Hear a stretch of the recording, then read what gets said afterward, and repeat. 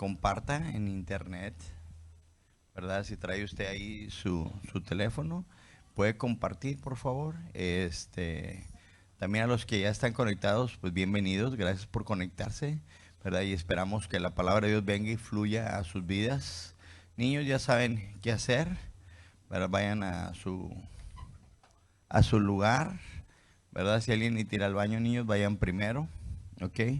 Hemos estado hablando de Romanos y hoy vamos a continuar, ¿verdad? Porque esto es como una serie donde tiene continuación. Entonces, la semana pasada estuvimos hablando acerca de la justificación.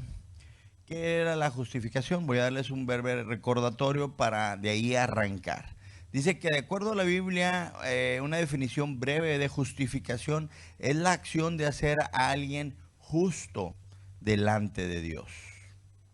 En otras palabras, esto quiere decir que Jesús, cuando vino y murió en la cruz, Él se convirtió en el sustituto de usted y de mí en esa cruz que tenía que pagarse el delito y el pecado que cada uno teníamos, porque también escuchamos que decía, por cuanto todos pecaron, están destituidos de la gloria de Dios. Pero a través de la justificación, nosotros fuimos acercados a Dios gratuitamente. Jesús nos valida delante del Padre. ¿Qué significa eso? Que usted quiere llegar a Dios, pero no puede llegar a Dios si no es a través de Jesucristo. No hay ninguna otra forma de llegar al Padre. Y Jesús lo dice, yo soy el camino, la verdad y la vida. Nadie viene al Padre si no es por mí. Entonces, cuando nosotros entendemos esto, nosotros vamos a entender, ¿sí?, que con la justificación no solamente tenemos la salvación, sino que a través de la justificación se van a activar muchas cosas en nuestra vida. Y ahorita vamos a estar viendo qué cosas se van a activar a través o a raíz de la justificación. Yo quiero invitarte que vayas a Romanos capítulo 5, versículo 1. El tema que yo he escogido para esta predicación es el resultado de la justificación.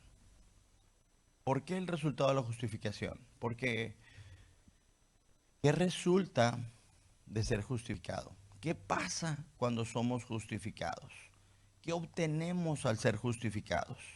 Y dice Romanos 5.1 de la siguiente manera: justificados pues por la fe, tenemos paz para con Dios por medio de nuestro Señor Jesucristo. Aquí hay algo muy interesante, ¿sí? Dice que justificados por la fe. ¿Qué es la fe? La fe es lo que usted y yo creemos, ¿sí? Vamos a ir ahorita ahí a 1 Corintios capítulo 15 y capítulo 14 y dice usted, ¿en qué creemos? ¿Qué es lo que nosotros creemos? Porque si usted se fija, venimos a la iglesia y nosotros asumimos ser cristianos y asumimos creer en Dios y asumimos creer en Jesús y asumimos muchas cosas, pero realmente tenemos que estar conscientes de que si alguien te pregunta, a ver Juan, ¿en qué crees? A ver Alejandro, ¿en qué crees? A ver Fernanda, ¿qué es tu fe? ¿Qué es lo que tú crees? Tú tienes que contestar claramente y con seguridad qué es lo que tú crees. ¿Por qué? Porque si no va a venir alguien, imagínate que llega tu hijo de 11, 12, 13 años y le dijeron en la escuela, Dios no existe. Llega a tu casa y te dice, mamá, pues fíjate que Dios no existe. ¿Qué vas a hacer?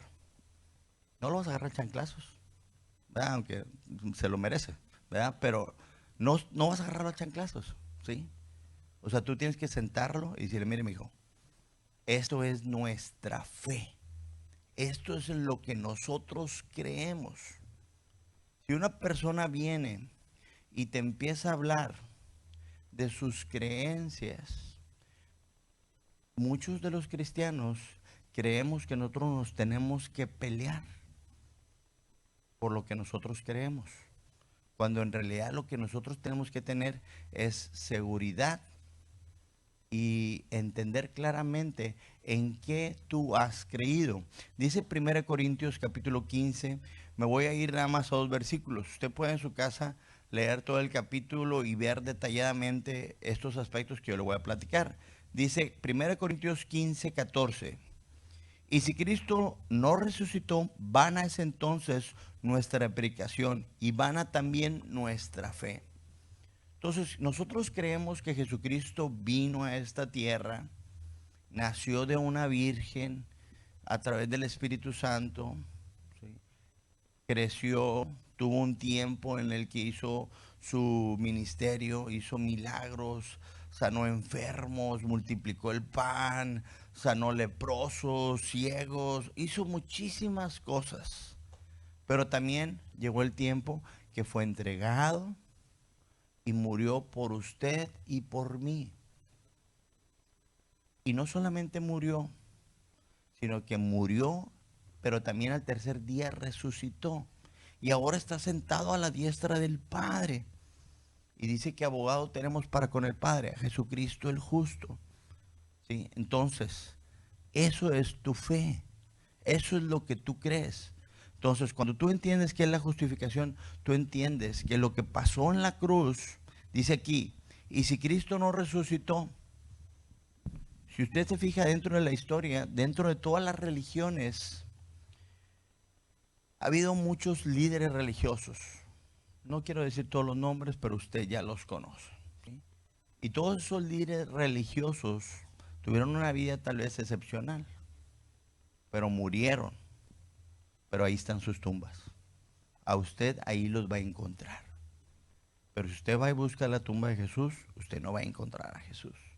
¿Por qué? Porque Jesucristo fue el que resucitó y ascendió con el Padre. Entonces, cuando tú entiendes, dice el versículo 20 de mismo Corintios 15, mas ahora Cristo ha resucitado de los muertos, primicias de los que durmieron en ese hecho. ¿Sí? ¿Qué quiere decir eso?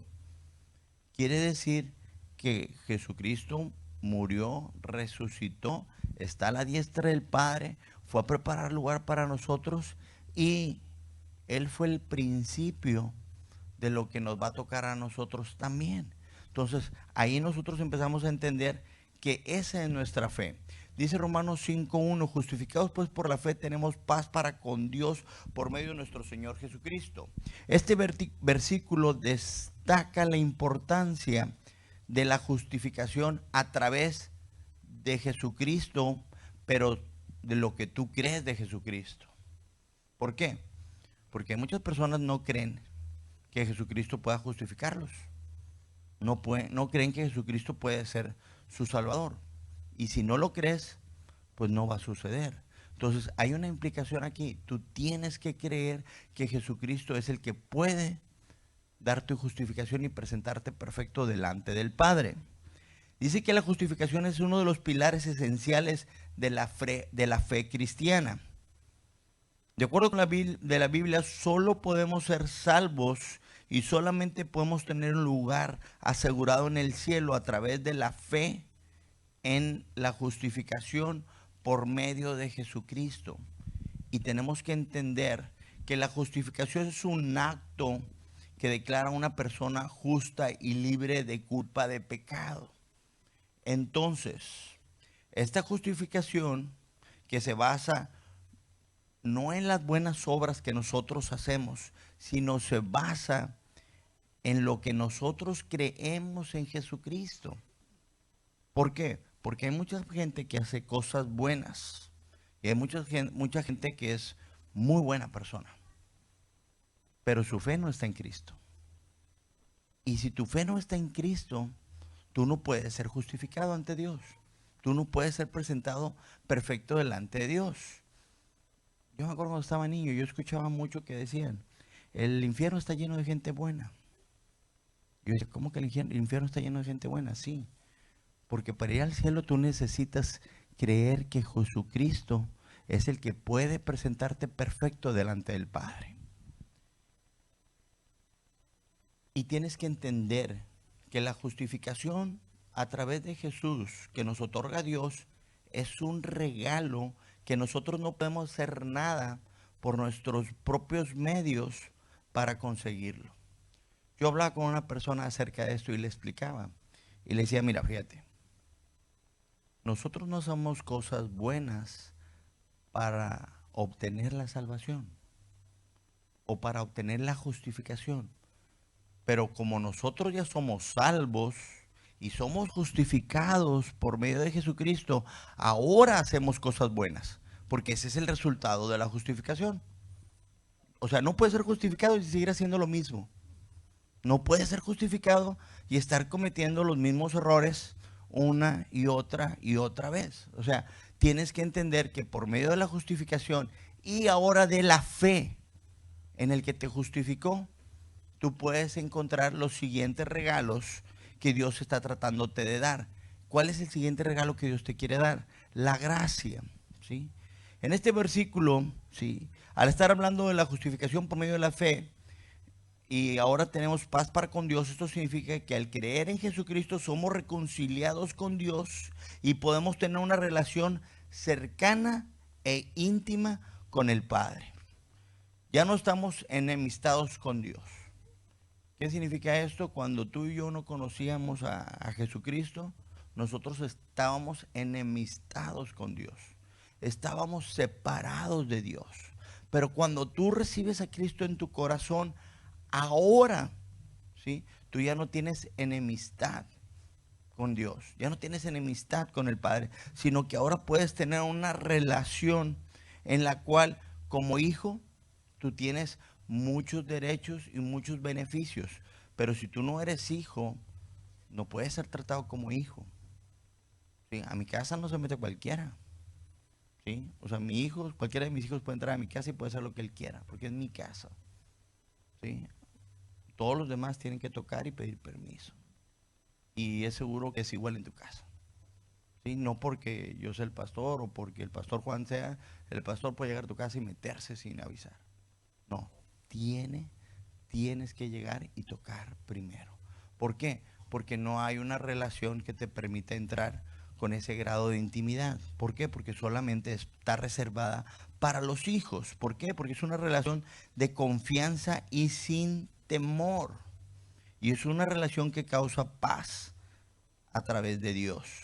Dice que la paz de Dios es una bendición y es un tesoro que solamente podemos obtener a través de nuestra fe en Jesús. Entonces aquí nosotros estamos viendo la importancia de la fe. Romanos capítulo 5, versículo 2 dice de la siguiente manera: porque también tenemos entrada por la fe a esta gracia.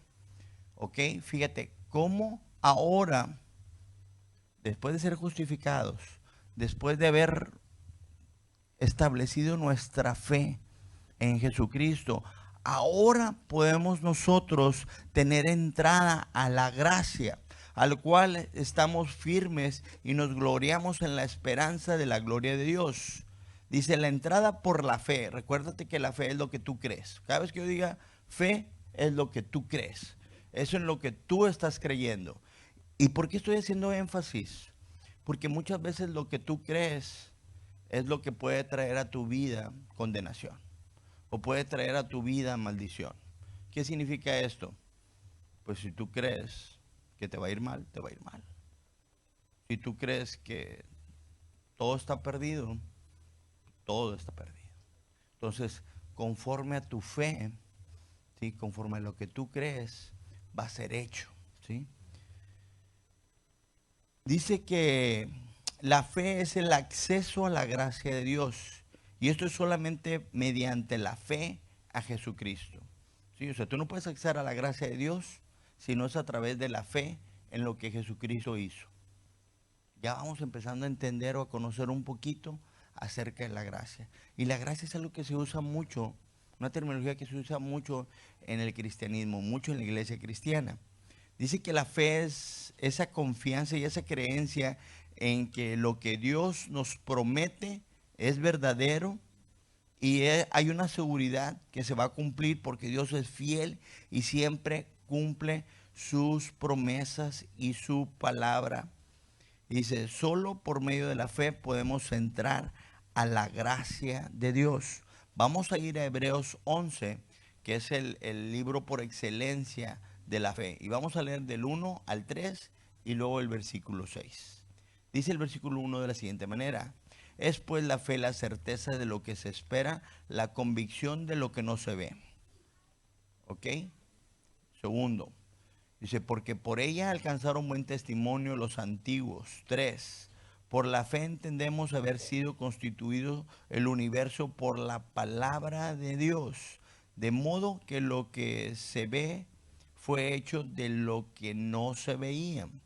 Ahora nos vamos a brincar al 6. El 6 dice, pero sin fe es imposible agradar a Dios, porque es necesario que el que se acerque a Dios crea que le hay y que es galardonador de los que le buscan. La fe nos lleva a encontrar la gracia de Dios. Entonces, usted y yo no podemos encontrar los favores de Dios, usted no puede encontrar los regalos de Dios si usted no cree que eso va a suceder. Porque dice el versículo 6, dice que es necesario que el que se acerca crea que le hay. Tú tienes que primeramente creer en que Dios tienes. Y dice que es galardonador, que es un Dios que premia, que es un Dios que va a darte todo lo que tú necesitas. Y el punto está que no dice aquí te va a dar lo que tú necesitas cuando tú lo necesitas, sino Él te es galardonador. Él sabe cuándo tiene que darte algo. Entonces es muy importante que empezamos a entender que la gracia de Dios es un regalo que Dios tiene para nosotros. Para comprender la gracia, según la Biblia, primero debemos reconocer que es un regalo. Primero, inmerecido, pero es un regalo a través del amor. Y ese regalo proviene del Padre. Es una manifestación del favor y la misericordia hacia nosotros. Es un acto de amor que supera nuestras imperfecciones y nuestros pecados. Entonces, ¿qué quiere decir con esto? Nosotros tenemos que entender que todas nuestras habilidades, todos nuestros conocimientos, todas nuestras virtudes, todo lo que nosotros tenemos, no puede alcanzar la gracia de Dios. O sea, usted no puede esforzarse, usted no puede decir, ¿sabes qué? Si yo leo la Biblia una hora diaria y oro una hora diaria, yo voy a obtener la gracia de Dios. No, vas a obtener conocimiento y vas a obtener cosas que te van a ayudar a funcionar. Pero primero tienes que entender que la gracia de Dios es algo que proviene por un acto de amor. Todos los que son papás sabemos qué significa eso. Actos de amor. ¿Qué es lo que han hecho tus hijos para ganar tu amor? Pues nada, son tus hijos. ¿Sí? Estamos esperando a nuestro próximo nieto y sabemos que, o sea, va a llegar, no ha hecho nada, todavía ni lo conocemos y ya lo queremos y estamos esperando. ¿Me entiendes? ¿Por qué? Porque es un acto de amor. Entonces, Dios es así. Dios no espera que tú hagas algo para entonces premiarte. Él te premia por el simple hecho que tú reconociste su paternidad, que tú reconociste lo que Jesucristo hizo en la cruz por ti y por mí. Eso es la justificación y esa es nuestra fe. Entonces, al explorar este concepto divino, nos adentramos a la esencia misma del carácter de Dios. Cuando tú entras y dices tú, a ver, ¿cómo está la gracia? O sea, ¿por qué Dios es así? ¿Por qué Dios me quiere dar esos regalos inmerecidos? ¿Por qué Dios me quiere tratar de esa manera? O sea, ¿por qué? Porque muchas veces nosotros creemos que nosotros debemos que nos traten como nos merecemos. Y tú dices, yo no me merezco que Dios me trate bien. Y cuando tú crees que tú no mereces que Dios te trate bien, pues no te va a tratar bien. ¿Por qué? Porque es de acuerdo a tu fe. Pero en cambio, tú empiezas a creer que como tú eres un hijo de Dios, te va a empezar a ir bien, te va a empezar a ir de una manera diferente. Entonces, de acuerdo al carácter de Dios, empiezan a llegar esas cosas que hoy nosotros reconocemos como la gracia. Yo me acuerdo, por ejemplo, platicamos Pati y yo, la pastora hace mucho, y decíamos, a ver, ¿cómo está? Todos compramos las mismas máquinas para hacer tortillas en el mismo lugar. Todos compramos el maíz en el mismo lugar. Todos compramos la harina para hacer las tortillas en el mismo lugar. El aceite igual. Y a nosotros nos ha ido muy bien. ¿Por qué? ¿Porque hacemos lo mejor? No, porque la gracia de Dios está sobre nosotros. Entonces, todo lo que tú haces no significa que te va bien porque tú haces lo mejor. Te va bien porque la gracia de Dios está sobre de ti. Y tú tienes que empezar a notar cómo la gracia de Dios empieza a hacer un cambio en donde tú estás. La gente empieza a decir, oye, ustedes son diferentes. Tú eres diferente. Pues no somos diferentes. Todos tenemos dos manos, dos pies. Bueno, a algunos les falta un pie, una mano, ¿verdad? Pero de ahí en fuera, aparentemente todos estamos iguales, ¿verdad? Entonces, tenemos que entender, ¿sí?, que esto proviene del carácter de Dios. ¿Por qué viene el carácter de Dios? Porque Dios tiene un amor incondicional y busca cómo establecer una relación cercana con nosotros, como un hijo y como un padre, Él siendo nuestro padre. Entonces, ¿qué quiero decirte con esto?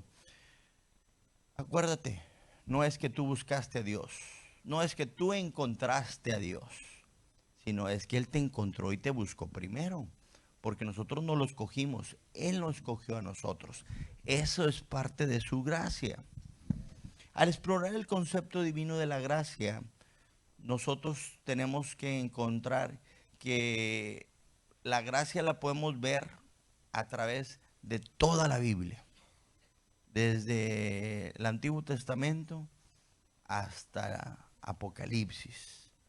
Y tenemos algunos ejemplos. Por ejemplo, podemos ver a David. Si usted ve a David, dice que David era un hombre, fue asesino, adúltero, hizo homicida, mentiroso, hizo un montón de errores. Pero aún así, Dios lo escogió para ser el linaje de donde iba a venir Jesús. ¿Por qué? Porque Dios demostró la gracia sobre él. Y tú empiezas a ver el linaje de Jesús y encuentras a Rahab. ¿Sí? ¿Y quién era Rahab? La ramera. Y tú dices, de ahí viene Jesús, de ahí viene Jesús. ¿Por qué? Porque la gracia de Dios sobrepasa todo nuestro entendimiento, toda nuestra capacidad de pensamiento. ¿Por qué? Porque si tú hubiera venido Jesús de pura gente bonita, de pura gente agradable, que hubieras dicho tú, no, pues es que yo no puedo ser así. O sea, pues yo vengo, fíjate de dónde vengo yo. ¿Verdad? O sea, fíjate mi pasado. Pero cuando tú ves el pasado de Jesús, tú dices tú, ah, caray. Entonces Dios también puede hacer cosas en mi vida. Dios puede hacer cosas en mi pasado. Vemos también otro ejemplo. Sansón. Era un hombre que usted lo ve, él se acostó con medio pueblo. ¿Sí? Y él hizo lo que le dio la gana. Él le dijeron, tú eres un hombre que tiene que hacer un juramento. ¿Sí? Era un ¿qué? Nazareo, ¿ok? Era un hombre que no podía cortarse el cabello, no podía tomar alcohol, no podía hacer muchas cosas, no podía tocar un muerto, no podía hacer muchas cosas. Y él hizo de todo. Al último, ¿sí?, lo amarraron, le sacaron los ojos, pero dice que el Espíritu de Dios vino sobre él. Y al último mató a más filisteos que cuenta la historia. ¿Y por qué pasó eso? Por la gracia de Dios. Entonces, ¿qué te estoy diciendo? ¿Que puedes ir a hacer lo que te dé la gana? No, cuidado. ¿Sí? Te estoy diciendo, ¿sí?, de que no importa tu pasado, Dios quiere usar tu presente para cambiar y transformar tu futuro. Y lo más interesante, que yo me daba cuenta que cuando la gracia de Dios viene a tu vida, no solamente afecta a tu vida. La gracia de Dios imparte a los que están cerca de ti, a los que están a tu alrededor. Las personas cuando llegan contigo son ministradas sin que tú digas nada, porque tú portas la gracia y la presencia de Dios.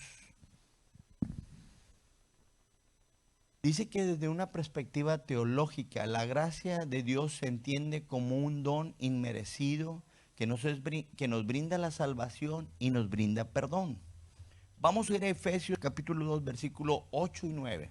Esos son versículos que ustedes los tienen que tener a la mano siempre. Dice, porque por gracia sois salvos por medio de la fe, y esto no de vosotros, pues es un don de Dios, y no por obras para que nadie se gloríe. Aquí volvemos a ratificar, ¿sí? Que la gracia de Dios es un regalo, algo que tú no te mereces, algo que yo no me merezco, pero por el amor de Dios y por el carácter divino de Dios, Él ha venido y nos lo ha venido a dar, y no tenemos que hacer nada para obtenerlo. Es esencial comprender que no podemos ganar ni merecer la gracia de Dios a través de nuestras propias acciones. Dice que la gracia de Dios es un acto soberano y generoso que fluye del corazón de nuestro Dios, como nuestro Padre. La gracia de Dios es una invitación a recibir el amor incondicional y a ser transformados por el poder de Jesucristo en nuestras vidas. Entonces, si tú te fijas, todo es un círculo, ¿sí? ¿Tú crees que Jesucristo vino a la tierra, murió, fue crucificado, resucitó, está a la diestra del Padre? Ok, ¿tú crees eso? Ah, ok, tú eres justificado. Cuando tú eres justificado, tú tienes la entrada a la gracia. Y cuando tú tienes entrada a la gracia, ¿sí? Obtienes todos los regalos que el Padre tiene para nosotros.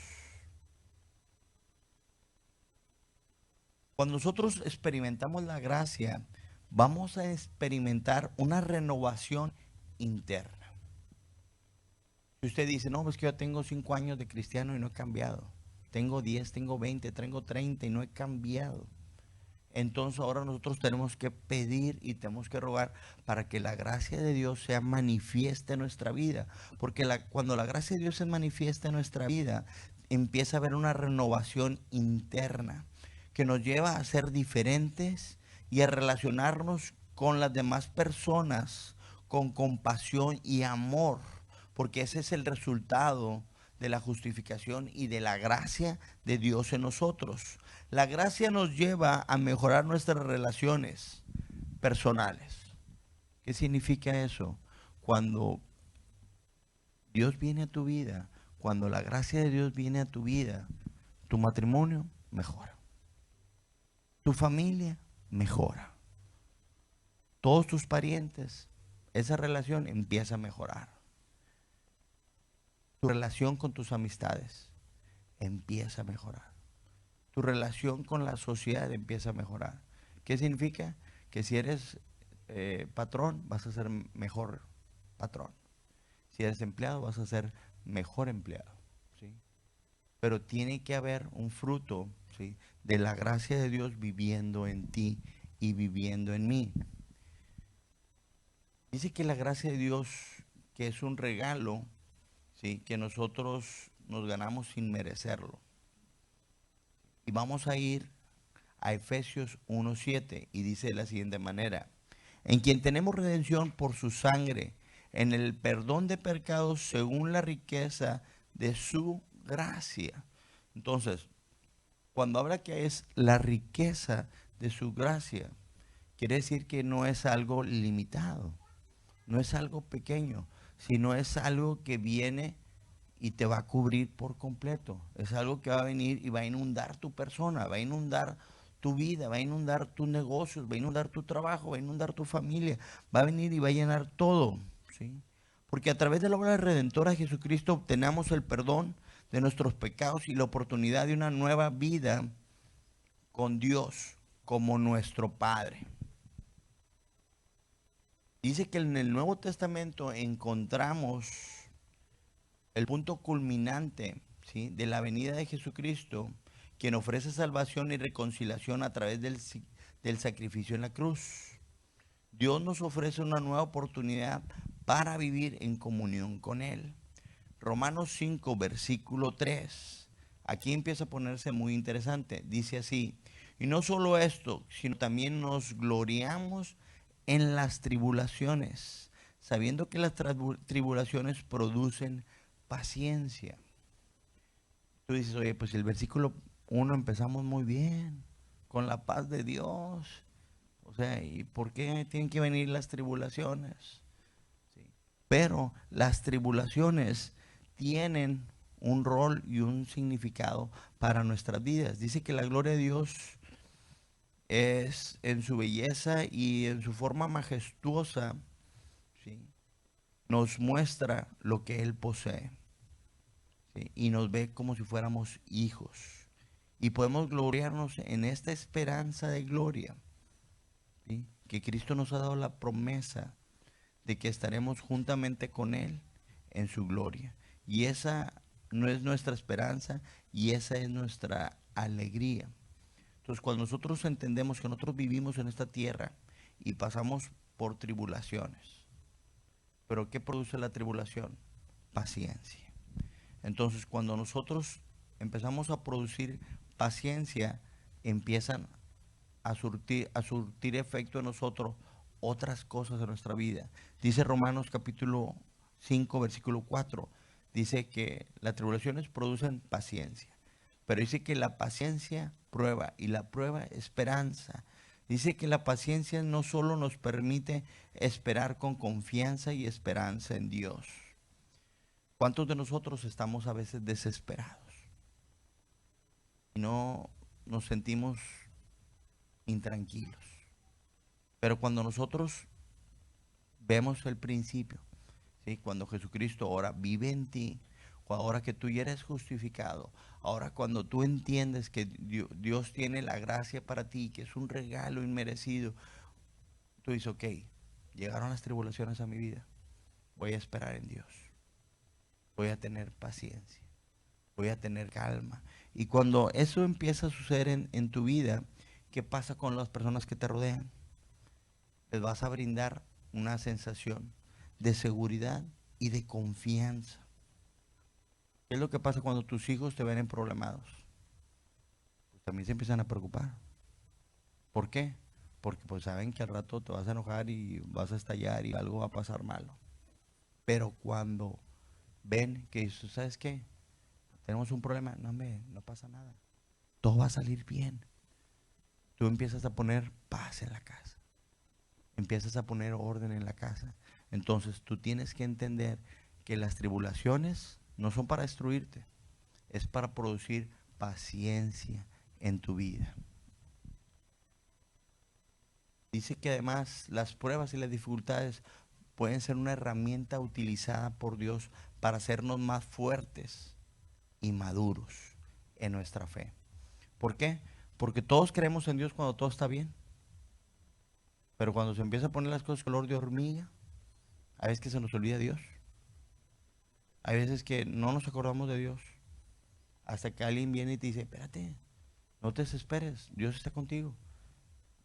Y hay veces que yo digo, oye, tiene un chorro de broncas, un chorro de dificultades, y no me acordaba de orar. Oye, pues, y yo creo que la oración, Dios la oye y que hay milagros en la oración.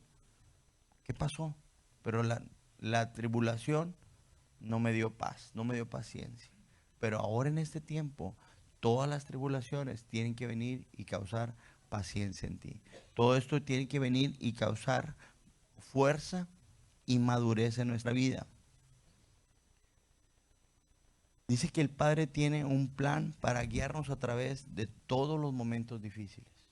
O sea, las tribulaciones no son para destruirnos, son como parte de un propósito de Dios para nosotros. Romanos 5:5, y ya casi vamos a empezar con la terminación de este mensaje.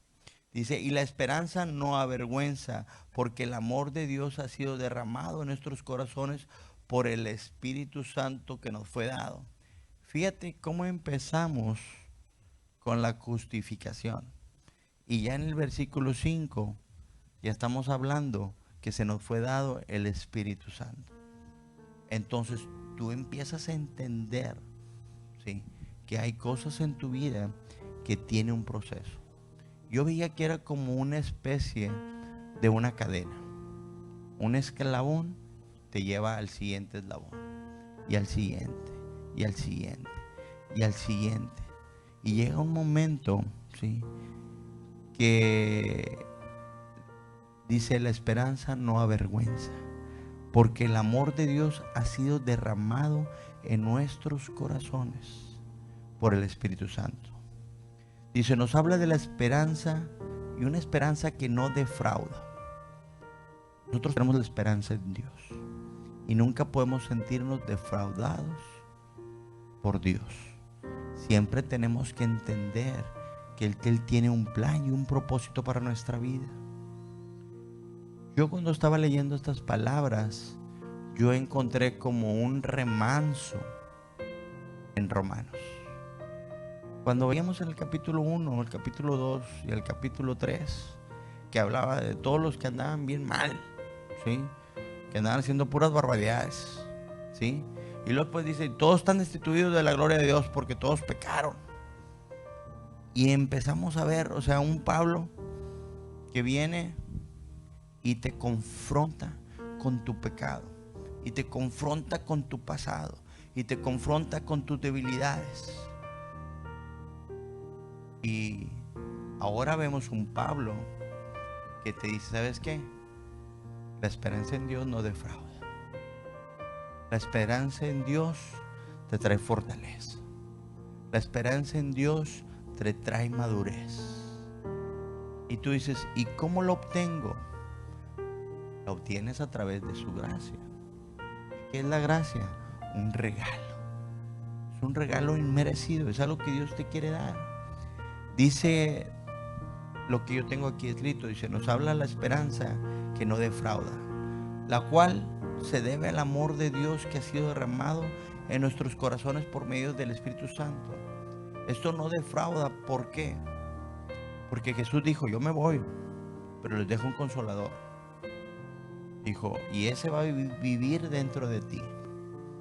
Y ahora cada vez que tú tienes un problema, hacia dónde tienes que buscar, o hacia dónde tienes que voltear. Tienes que voltear hacia adentro. ¿Por qué? Porque hay alguien que vive dentro de ti, que está listo para ayudarte, listo para proveer lo que tú necesitas. Porque dice que Él lo ha derramado en nuestros corazones. Entonces, dice que este verso es un recordatorio y nos inspira a que tengamos la confianza en Dios. Él nos cuida incluso en los momentos más difíciles de nuestra vida. Esto es como, no sé, casi como un masaje espiritual, algo así que te relaja. ¿Por qué?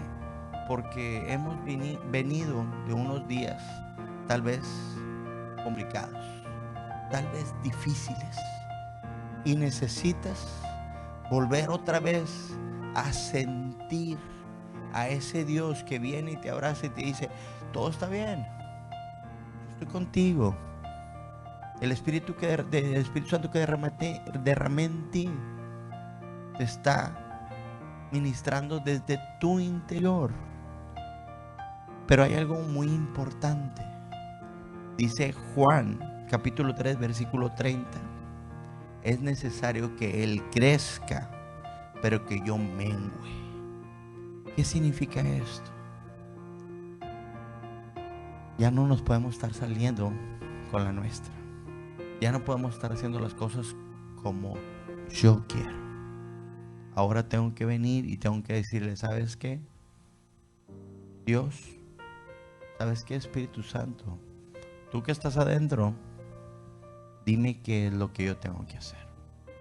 Dime cómo tengo que empezar a funcionar.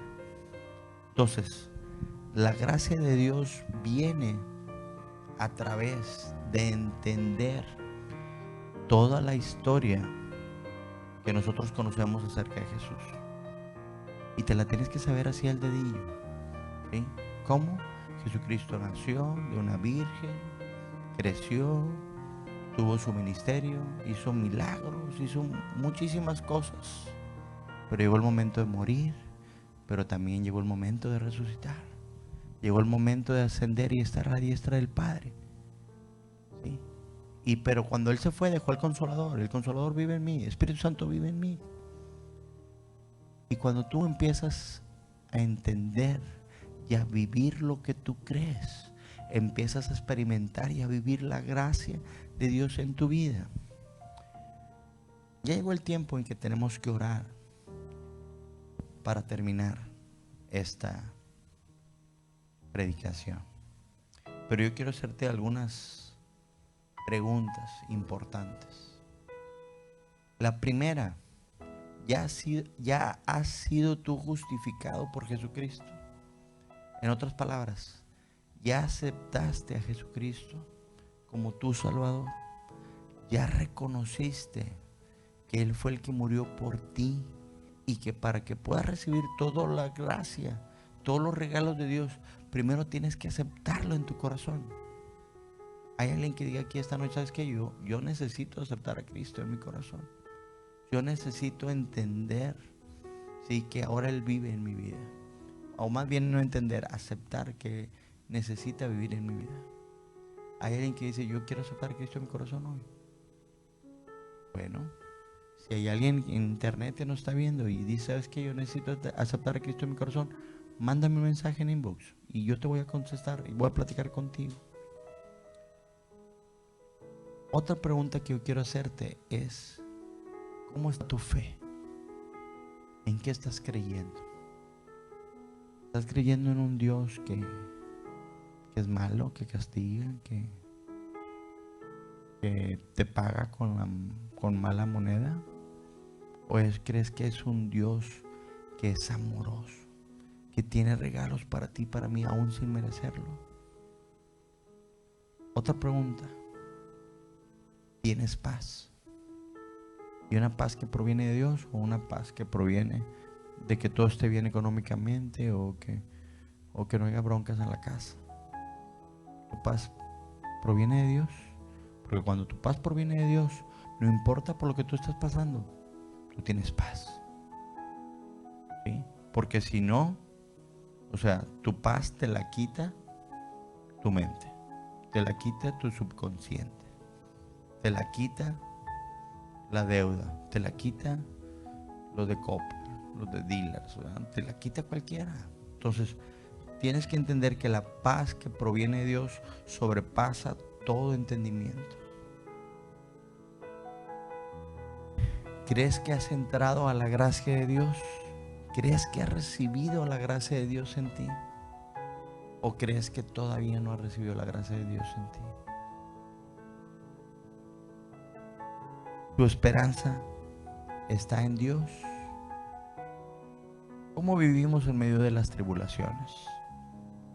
¿Cómo reaccionamos cuando tenemos problemas? Yo antes era muy explosivo.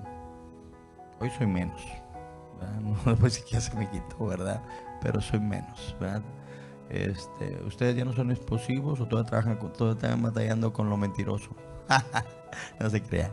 Sí. Entonces, en medio de las tribulaciones, ¿qué producimos?